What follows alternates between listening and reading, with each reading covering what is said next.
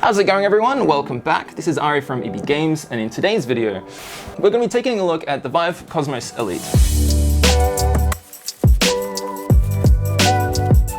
So there's a bunch that you can expect to get out of the Vive Cosmos Elite box, but of course, the main thing that we're kind of wanting to jump into here is the headset. So let's just jump into that one right now.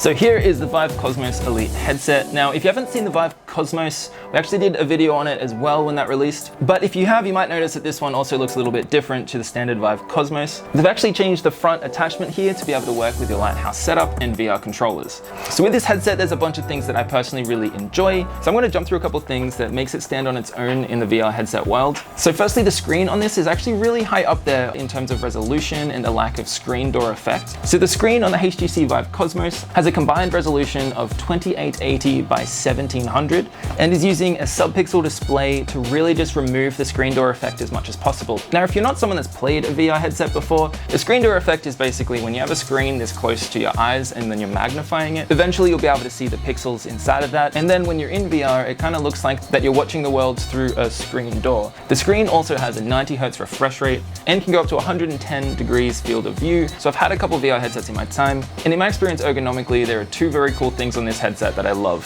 So the first thing is the halo ring that they have on the top of this with a dial that you can loosen and tighten the band around your head. If you're using a headset that just has Velcro straps or an elastic band that goes around, you're either having to pull it really tight onto your head and then it can start to cut into your ears a little bit, or if you don't and it's a little bit loose or not fully tight, if you move your head really quickly in a VR game, the weight of the headset on your face can kind of be shifting around a little bit and it can feel like you're throwing the world around. So on this, it really clamps down onto your head and then there's no more worrying about Velcro straps up around your ears. Now, another great feature on this headset that I love, which if you've seen the other video on the Vive Cosmos, you would know how much I just got into this one feature, but it's just another feature that just removes the hassle out of getting in and out of VR, which if anyone out there has got a VR headset, you might know the feeling that I'm talking about. And this is just the feature of that being able to move your headset up out of your face, as when you're normally in VR and you have to take the headset off for any reason, the first thing you do is put it up on your forehead like that, and then the screen can get a little bit oily or just gross from your forehead and your hair. But with this, if you need to take the headset off for any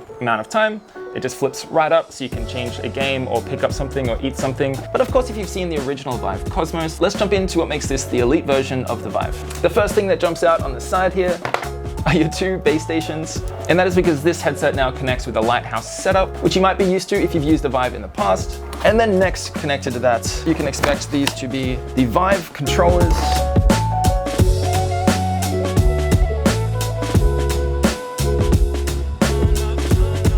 So as you can tell, there's a lot in the Vive Cosmos Elite box, and this is all to set up the lighthouse in your room. So if you haven't used a Vive in the past, these two lighthouse boxes here, you just set them up at either corner of your room, making sure that they're facing each other. You just need to plug them in using these power cords here, and they connect remotely to your headset and your computer and then tell your headset where it is in 3D space. It does that by bouncing infrared light off these sensors, which are now on the Vive Cosmos Elite headset and the ones that you can see around here on the controllers. So another thing that Vive's developed just to remove those barriers and annoyance trying to get into VR is the Vive wireless adapter, which is a battery pack and optical input for this headset, which means all you need to do to get into VR is once again just pick up this headset, put it on, and you're in.